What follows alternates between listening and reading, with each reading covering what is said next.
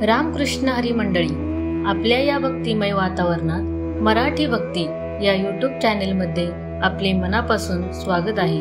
आज आपण पाहणार आहोत कोणत्या स्थानावर जप केल्यावर किती लाभ होतो। निजस्थानावर केलेला जप सामान्य लाभ देतो। गोशाळेत केलेला जप 100 पट लाभ देतो। वनात केलेला जप 1000 पट लाभ देतो। पर्वतावर केलेला जप 10,000 पट लाभ देतो। नदीवर केलेला जप 1,00,000 पट लाभ देतो। मंदिरात जेथे देवताची प्राणप्रतिष्ठा विधिवत झालेली असते तिथे केलेला जप करोडो पट लाभ देतो।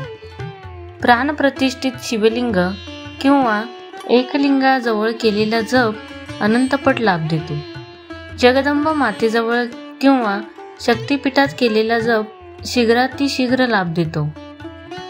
आपल्या गुरुदेवाजवळ बसून केलेला जप अनंत कोटी लाभ देतो। केळाचे झाड, बेल, वड, बिल्ववृक्ष यांच्या खाली बसून केलेला जप लगेच लाभ देतो। आता आपण पाहूया जपमाळ कुठली व केव्हा वापराल। रक्तचंदनमाळ। सर्व देवतांच्या मंत्र जपासाठी रक्तचंदनमाळ उपयुक्त आहे। कमळगठ्ठा माळ। श्री महालक्ष्मीच्या उच्च सेवेसाठी या माळेचा उपयोग करतात। इतर वेळी ही माळ श्रीयंत्रावर ठेवल्याने कर्जमुक्ती होऊन आर्थिक प्रश्न मार्गी लागण्यास सुरुवात होते। रुद्राक्ष माळ।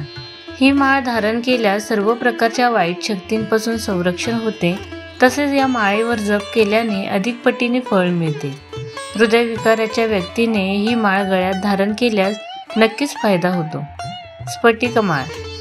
शरीरात उष्णता कमी करण्यासाठी ही माळ धारण करतात। तसेच विशिष्ट विद्याप्राप्ती मंत्र जपासाठी विद्यार्थी या माळेचा वापर करू शकतात।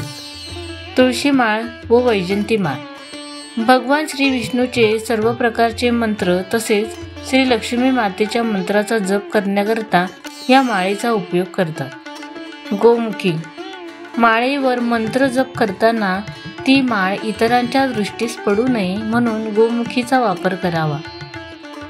जपाची माळ गळ्यात धारण करू नये व गळ्यातील माळ जपासाठी वापरू नये। दिलेली माहिती ही धार्मिक श्रद्धेवर आधारित आहे। व्हिडिओ आवडल्यास चॅनेलला सबस्क्राईब करा, लाईक करा आणि शेअर करा। धन्यवाद।